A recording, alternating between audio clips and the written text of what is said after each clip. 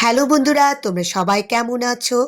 আমরা পরিবার পরিজন নিয়ে বোয়ালখালী জেলায় সেনপাড়ায় একটা কর্মের অনুষ্ঠানে যাচ্ছিলাম।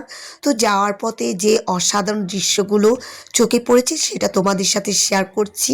দেখো, এটা হচ্ছে ইরি ধানের ক্ষেত। অনেকগুলো ধান পেকে আছে আর অনেকগুলো কাঁচা রয়েছে। যারা দেরিতে লাগিয়েছে তাদেরগুলো এখনও পাকেনি।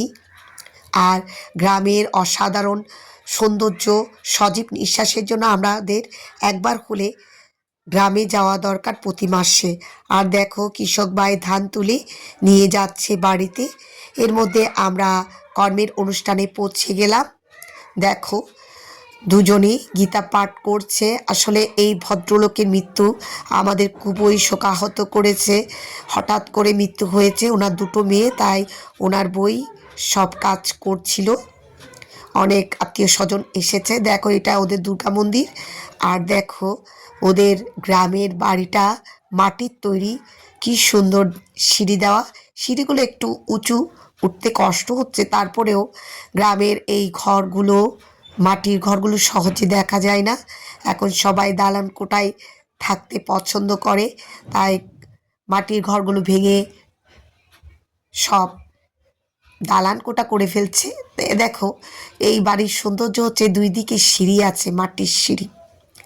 আমি একদিকে উঠলাম, একদিকে নামলাম। আর দেখো, দেয়াল আলমারি রয়েছে।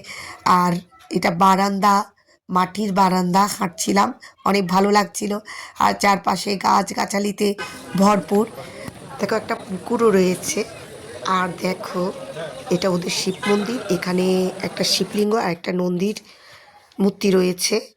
আর দেখো, আমরা এখন মেদোসমণির আশ্রমে যাচ্ছিলাম, কারণ এটা অনেক কাছে ওই বোয়ালখালী থেকে। এর মধ্যে সূর্য অস্ত চলে যাচ্ছিল, সেটাও তোমাদের সাথে শেয়ার করছি। আসলে ভিডিওটা বড় হয়ে যাবে, তাই মেদোসমণি আশ্রমে যাওয়ার গল্পটা তোমাদের আর একটা ভিডিওতে শেয়ার করব।